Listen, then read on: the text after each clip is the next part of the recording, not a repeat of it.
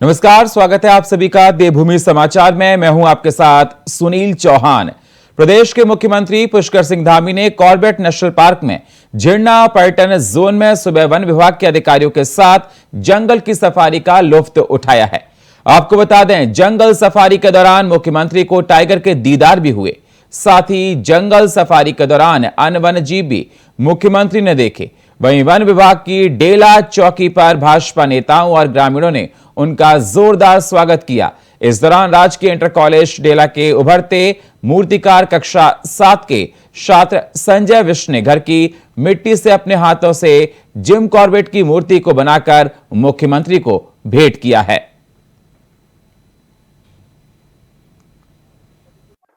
आज मैंने जो हमारा कॉर्बेट क्षेत्र है, ये धीरे धीरे अब पूरा विश्व के मानचित्र पर आ रहा है और पिछले दिनों इस क्षेत्र में हमारे प्रधानमंत्री आदरणीय मोदी जी के कारण से हमको G20 की समिट मिली और G20 के भी जो डेलीगेट्स आए थे उन्होंने भी इस क्षेत्र का भ्रमण किया और उनको भी एक अच्छा अनुभव वो कॉर्बेट क्षेत्र का लेकर गए और कहीं ना कहीं इस कॉर्बेट क्षेत्र का और अधिक संरक्षण हो, टूरिज्म के क्षेत्र में इसका अच्छा प्रबंधन हो और पर्यटन के क्षेत्र में लगातार पर्यटकों की जो आवाजाही बढ़ रही है उसके लिए हमारा जो वन प्रभाग है, ये टाइगर जो रिजर्व है, इसके अंदर और अच्छा प्रबंधन हो, इन सबको मैंने देखा है। साथ ही यहाँ के वन विभाग के अधिकारियों से भी आज मैंने कुछ विषयों पर यहाँ पर समीक्षा की है। अगली खबर देहरादून से है, जहां घरेलू बार लाइसेंस का विरोध होने पर आबकारी विभाग को इस व्यवस्था पर रोक लगानी पड़ी है। वहीं इस संबंध में आबकारी आयुक्त हरिचंद सिमवाल की ओर से रोक के आदेश जारी कर दिए गए हैं। साथ ही विपक्षी दल इसे अपनी जीत बता रहे हैं। वहीं प्रदेश अध्यक्ष करण मारा ने बीजेपी की करनी और कथनी में फर्क बताया है। साथ ही उन्होंने कहा कि अपराधियों को संरक्षण और देवभूमि को शराब प्रदेश बनाने के मकसद से यह नियम लाया गया था, जिससे अब कांग्रेसों के प्रयासों ने रद्द कर दिया है। हरिद्वार ऋषिकेश जैसे क्षेत्र जहां इस तरह की एक्टिविटीज नहीं की जा सकती थी, वो भी इसके अंदर आ रही थी। और 50 बोतल अगर आदमी घर में रखेगा तो एक मिनी बार तो मोहल्ले में खुल ही जाएगा। तो निश्चित ही ये अपराधियों को संरक्षण देने वाला एक कानून था, शराब प्रदेश बनाने का एक कानून था, देवभूमि को शराब में डुबाने का एक प्रयास था। जैसे इन्होंने पहले मोबाइल वैन से शराब भेजने की बात की थी। तो बीजेपी की कथने और करने में फर्क है और मुझे खुशी है इस बात की कि कांग्रेस के संगठनों के विरोध के बाद बीजेपी सरकार को अपने पांव पीछे खींचना। ऊधम सिंह नगर में नेता प्रतिपक्ष यशपाल आर सीमांत खटिमा पहुंचे। तभी उन्होंने कहा कि मैं प्रत्याशी की दौड़ में नहीं हूं, पार्टी का निर्णय ही सर्वोपरि होगा, और कहा कि छोटे मझोले काश्तकार अपना धान बिचौलियों के हाथों बेचने को मजबूर हैं। प्रशासन की साठगांठ से किसानों को फसलों का उचित दाम नहीं मिल पा रहा है। ऊधम सिंह नगर नेता प्रतिपक्ष पहुंचे हैं और सीमांत खटिमा यशपाल आर पहुंचे हैं। सीमांत खटिमा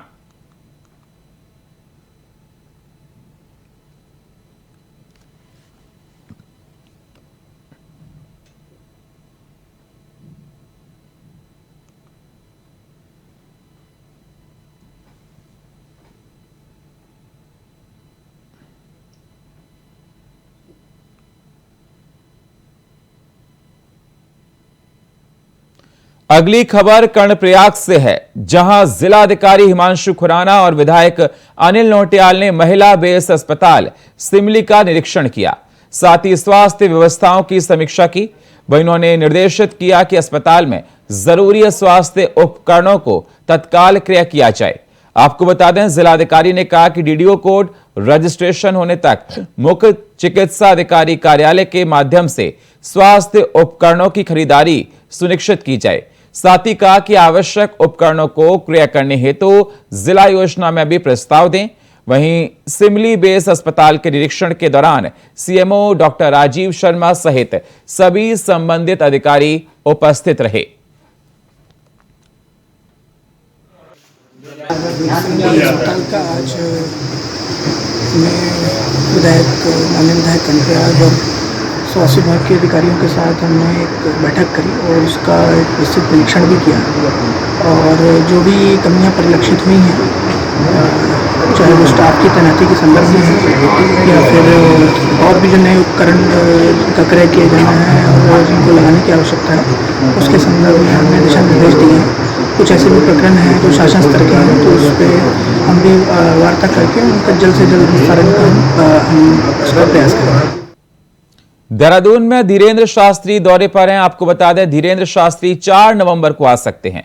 वहीं धीरेन्द्र शास्त्री बागेश्वर धाम के पीठाधीश्वर आ सकते हैं। आपको बता दें 4 नवंबर को भव्य दरबार लगाने की तैयारी हो चुकी है। कथा का आयोजन राजीव गांधी अंतर्राष्ट्रीय स्टेडियम रायपुर में हो सकता है।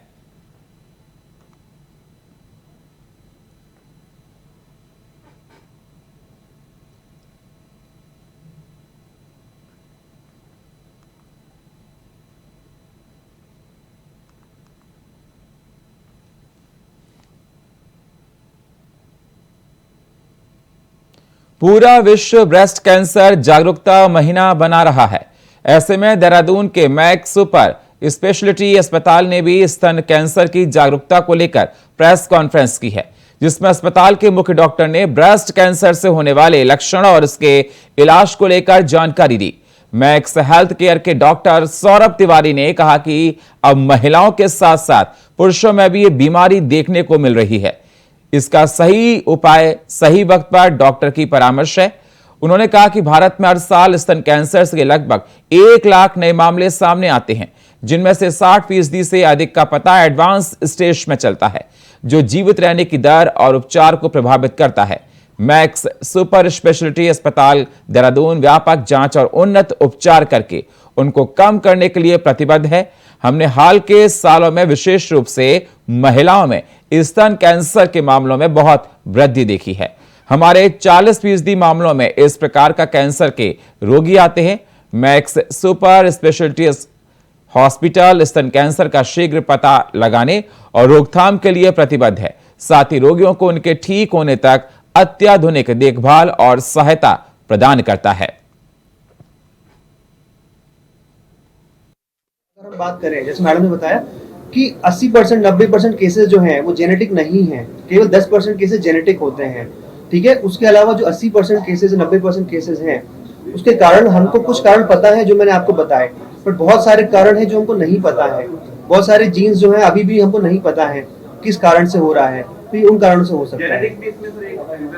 बिल्कुल बिल्कुल जेनेटिक कारण होता है। कुछ जीन्स होती हैं जो रिस्पॉन्सिबल होती हैं, पर केवल 10% केसेस में फैमिलियल और जेनेटिक कॉजेज होते हैं। सर थेरेपी की बात करें तो क्या कुछ थेरेपी हो जो लोगों को समझना चाहिए कि इस तरीके से हम लोग अपना ट्रीटमेंट ले सकते हैं? सबसे पहले तो पेशेंट को ये समझना चाहिए कि early detection leads to a good cure. ठीक है, जितना जल्दी पेशेंट हमारे पास सिम्टम को लेके आएगा, सिम्टम को पहचानना पड़ेगा। सबसे पहली बात है कि पेशेंट को मालूम होना चाहिए कि किस सिम्टम पे पेशेंट को डॉक्टर के पास जाना है। उसमें से है ब्रेस्ट में गांठ होना, किसी तरह गांठ होना, निप्पल से डिस्चार्ज होना, बाजू में कोई गांठ होना, क्योंकि ब्रेस्ट कैंसर की गांठ जो होती है बाजू में जाके फैलती है, या ब्रेस्ट में लाल हो जाना, लालपना, ऑरेंज पील जो होता है, ऑरेंज की स्किन होती है उसकी तरह से स्किन हो जाना, या कोई डिम्पलिंग होना, या निप्पल का रिट्रैक्शन होना। ये जो होते हैं सिम्टम्स होते हैं, अर्ली सिम्टम, जिससे हम पेशेंट को आके तुरंत अपने डॉक्टर को दिखाना चाहिए, तभी जाके हमें मालूम चल पाएगा कि है कि नहीं है। उसके बाद ट्रीटमेंट स्टार्ट होगा। ट्रीटमेंट हमारे पास बहुत कारगर ट्रीटमेंट अवेलेबल है और पेशेंट को भय नहीं होना चाहिए। सबसे पहली बात है डर मुक्त होना चाहिए, भय मुक्त होना चाहिए, तभी जाके इसके ट्रीटमेंट के लिए आगे बढ़ पाएंगे हम लोग। ट्रीटमेंट मैंने बताया आपको, सर्जरी है, इम्यूनोथेरेपी है, कीमोथेरेपी है, हार्मोनल थेरेपी है, रेडिएशन थेरेपी है, बहुत सारे ट्रीटमेंट अवेलेबल है इसको ब्रेस्ट कैंसर को ट्रीट करने के लिए। सितारगंज में पुलिस ने 25,000 के इनामी वांछित अभियुक्त को गिरफ्तार कर लिया है। साथ ही अभियुक्त के कब्जे से घटना के वक्त प्रयुक्त की गई 315 बोर का तमंचा और स्कॉर्पियो कार बरामद की है। आपको बता दें कि अक्टूबर को सत्येंद्र सिंह सितारगंज कोतवाली में तहरीर देकर शिकायत दर्ज कराई गई थी। वहीं पुलिस ने मामले को गंभीरता से लेते हुए मामले की जांच शुरू कर दी थी और एक अभियुक्त को जेल भेज दिया था।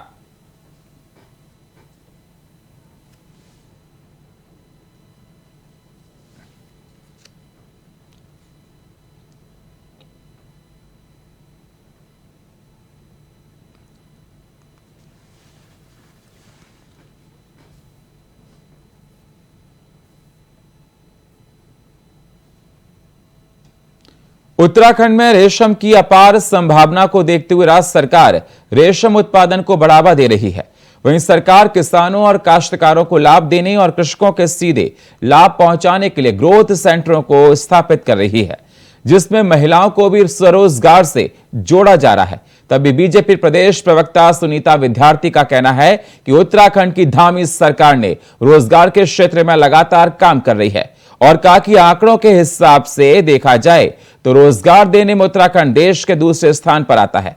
साथ ही कहा कि प्रदेश सरकार छोटे उद्योगों को बढ़ावा देने का काम कर रही है।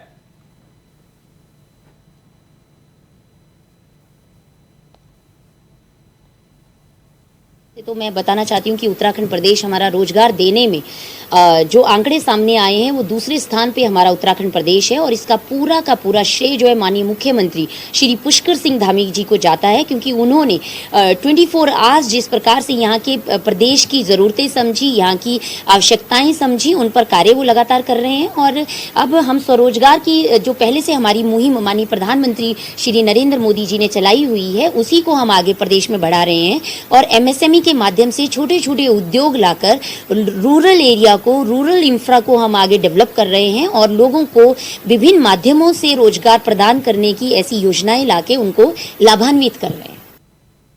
देहरादून में जमीनों के फर्जीवाड़े के मामलों में पुलिस और अधिक सक्रिय हो गई है। वहीं SSP अजय सिंह ने बताया कि ऐसे मामलों की लगातार SIT से जांच की जा रही है और बताया कि दोषियों के खिलाफ सबूत इकट्ठे किए जा रहे हैं। वहीं कई मामलों में 1 दर्जन से अधिक लोगों को न्यायिक हिरासत में भेज दिया गया है। आपको बता दें, जांच अधिकारियों को इलाके के लिए निर्देशित किया गया है और उनके खिलाफ दायर की गई IPC की धाराओं में नियमानुसार बढ़ोतरी करके कार्रवाई की जा रही है।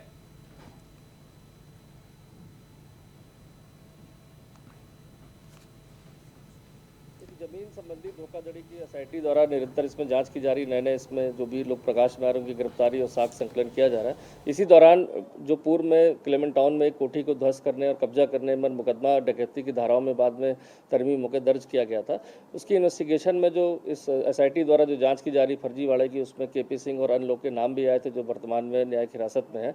उस मामले में भी उसकी विवेचना में नाम प्रकाश में आया था, जिसका 420 की धारा में जो है चालान किया गया था। क्योंकि अब नए साक्ष्य इसमें आए हैं जो इन्वेस्टिगेशन में, जहां ऐसा प्रतीत हो रहा है कि जिसमें फर्जी कागजातों को तैयार करके कूट रचना भी की गई है, इसमें अन्य लोग भी सम्मिलित हैं, तो उसकी 173(8) में फर्दर इन्वेस्टिगेशन के लिए आयोग को निर्देश दिया गया है कि पुनः फिर से उसमें जो नए साक्ष्य आ रहे हैं इस SIT के द्वारा जो आए हैं उसको भी, उन धाराओं को भी सम्मिलित किया जाए और जो भी उसमें दोषी है या जिसके खिलाफ कम धाराओं में चार्जशीट की गई उसमें भी साक्ष्य एकत्र करके उसमें आगे। जसपुर की मंडी परिसर में खाद्य विभाग द्वारा 1 अक्टूबर से धान खरीद शुरू कर दी गई है। आपको बता दें, जिसमें इस बार जसपुर खाद्य विभाग को 65,000 क्विंटल का लक्ष्य दिया गया है, जिसमें खाद्य विभाग द्वारा 3 क्रय केंद्र बनाए गए हैं जहां किसान अपना धान लेकर पहुंच रहे हैं। इस दौरान वरिष्ठ विपणन अधिकारी कौशल कुमार ने बताया कि 1 अक्टूबर से धान खरीदी शुरू कर दी गई है और 31 दिसंबर तक धान खरीद जारी रहेगी।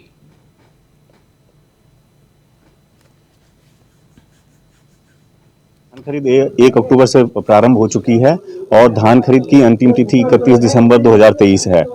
किसानों के लिए रजिस्ट्रेशन के लिए हमने आवेदन मांग लिए हैं। आवेदन की जगह में जिनके पुराने रजिस्ट्रेशन हो चुके हैं उन्हें अपडेशन के लिए हम किसानों को कह रहे हैं।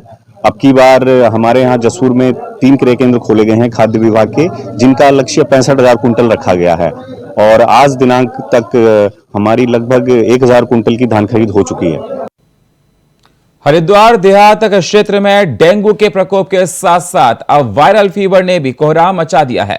आपको बता दें, हरिद्वार देहात के अधिकांश इलाकों में इन दिनों वायरल फीवर का प्रकोप तेजी से फैलता हुआ नजर आ रहा है। साथ ही लक्सर, खानपुर पथरी, लैंडोरा में, मंगलौर जैसे बाढ़ ग्रस्त एरिया में वायरल फीवर का ज्यादा प्रकोप दिखाई दे रहा है। इस दौरान देहात के अस्पतालों में सुबह से ही वायरल फीवर से पीड़ित लोगों की लाइन लग जाती है। जानकारी के लिए आपको बता दें, अकेले लक्सर CSC पर हर रोज 200 से लेकर 250 तक वायरल फीवर से पीड़ित लोग पहुंच रहे हैं।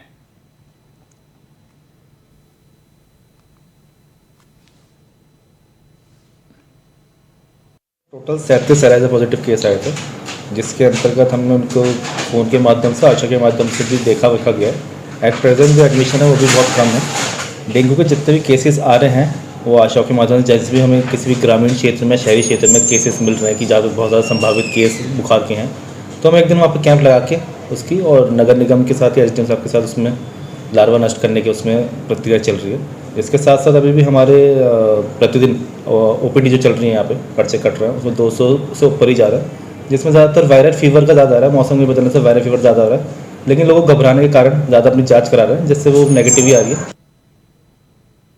उत्तराखंड में फिल्म अभिनेत्री रानी मुखर्जी श्री बद्रीनाथ धाम दर्शन करने के लिए पहुंची, जहां 11:30 बजे बद्रीनाथ धाम दर्शन को पहुंची और श्री बद्रीनाथ नाथ मंदिर में विधि विधान के साथ पूजा अर्चना की। और इससे पहले फिल्म अभिनेत्री ने आज सुबह भगवान केदारनाथ के दर्शन किए थे। तो वहीं इस अवसर पर श्री बद्रीनाथ केदारनाथ मंदिर समिति बीकेटीसी उपाध्यक्ष किशोर पवार ने उनका स्वागत किया। भगवान बद्री विशाल का प्रसाद भी भेंट किया।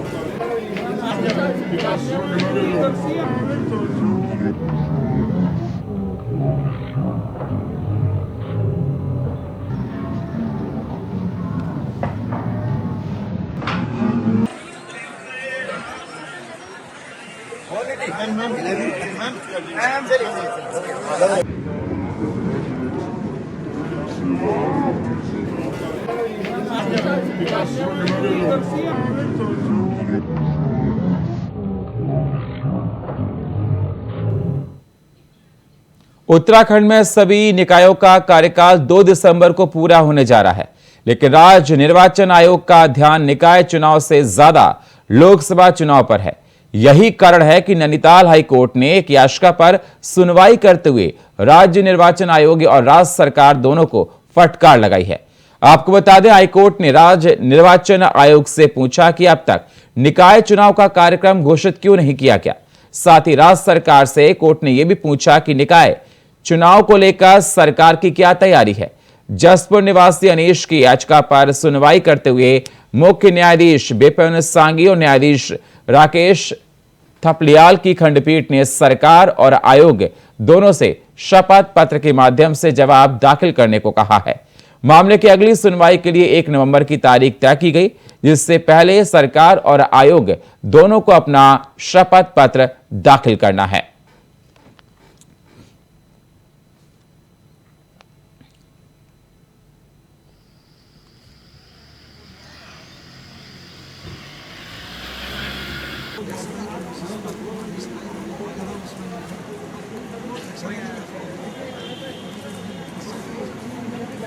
उत्तराखंड में म्यूनिसिपैलिटीज के जो इलेक्शन थे उनका 5 साल का टर्म जो है 2 दिसंबर 2023 में कंप्लीट होने जा रहा है।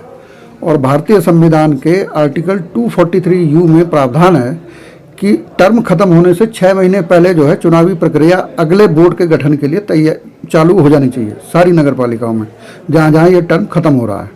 लेकिन अब जो है, जबकि मात्र 1.5 महीना बचा हुआ है, कोई चुनाव प्रक्रिया ना तो स्टार्ट हुई है, ना ही कोई वोटर लिस्ट का रिवाइज की गई है, ना उसमें तैयारी कोई है सरकार की ओर से।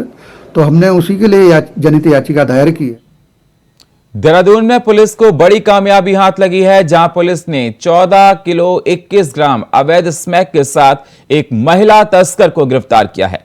आपको बता दें, डोईवाला पुलिस द्वारा संदिग्ध व्यक्ति और वाहन चेकिंग के दौरान अभियुक्तों को गिरफ्तार कर भारी मात्रा में गिरफ्तार कर आगे की कार्रवाई में जुट गई है।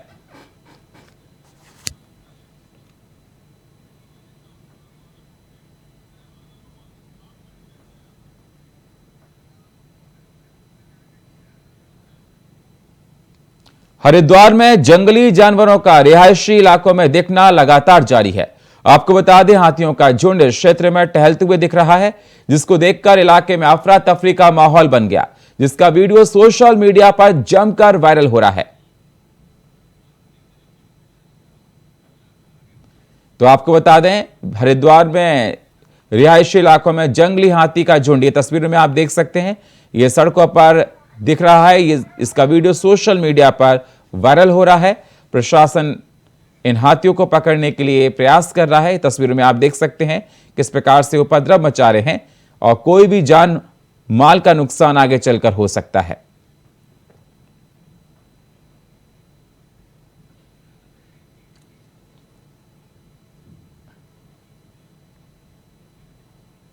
बीते कुछ दिनों से प्रदेश भर में लगातार तापमान में बदलाव देखने को मिल रहा है, जिसके कारण से सुबह शाम ठंड का एहसास होने लगा। केदारनाथ और बद्रीनाथ समेत चारों धामों में सुबह शाम कड़ाके की ठंड होने लगी है। वहीं मौसम विभाग ने बताया कि अगले 2 दिन प्रदेश भर में मौसम ठंडा रहने के आसार भी बताए जा रहे हैं।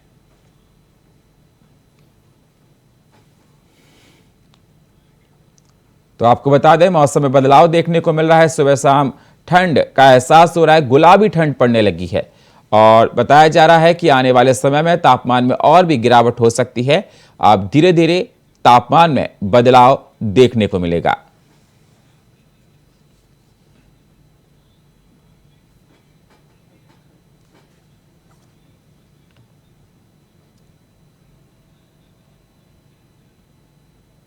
अगली खबर देहरादून से है, जहां जिला अधिकारी और जिला निर्वाचन अधिकारी डॉक्टर सोनिका ने ईवीएम वेयरहाउस परिसर का मासिक निरीक्षण किया है।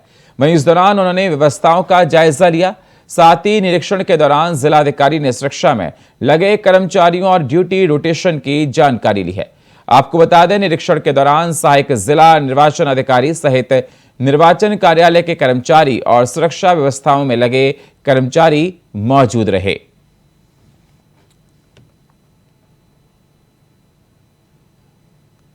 तो आपको बता दें, देहरादून में व्यवस्थाओं का जायजा लिया गया। निरीक्षण के कैंप के दौरान जिला निर्वाचन अधिकारी मौजूद रहे, जिन्होंने जायजा लिया है। और आपको बता दें, ईवीएम वेयरहाउस परिसर का यह निरीक्षण था। मासिक निरीक्षण, हर महीने ये निरीक्षण किया जाता है। देहरादून में ईवीएम वेयरहाउस का निरीक्षण किया गया। जिला अधिकारी इस दौरान मौजूद रहे। उन्होंने वहां जाकर देखा किस प्रकार से वहां पर काम हो रहा है, क्या कुछ चल रहा है। और आपको बता दें, व्यवस्थाओं को लेकर जायजा लिया, किस प्रकार की व्यवस्थाएं हैं, अधिकारियों से इस बारे में जानकारी ली। निरीक्षण के दौरान जिला निर्वाचन अधिकारी इसमें मौजूद रहे।